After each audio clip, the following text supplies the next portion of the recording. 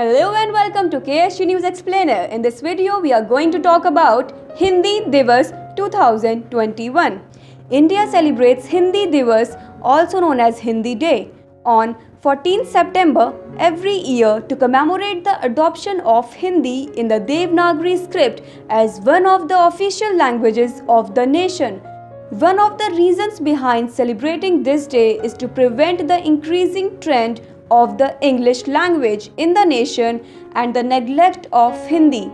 The facts to be remembered here are: the Constituent Assembly of India accepted Hindi, written in Devanagari script, as the official language of India on 14 September 1949.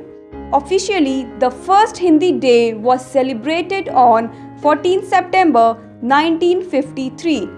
The reason behind adopting Hindi as one of the official languages was to simplify administration in a nation with multiple languages.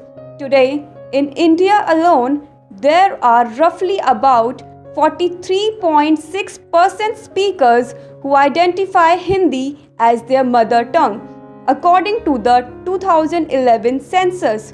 The language has other variants as well, like Avdhi, Braj and Khadi Boli.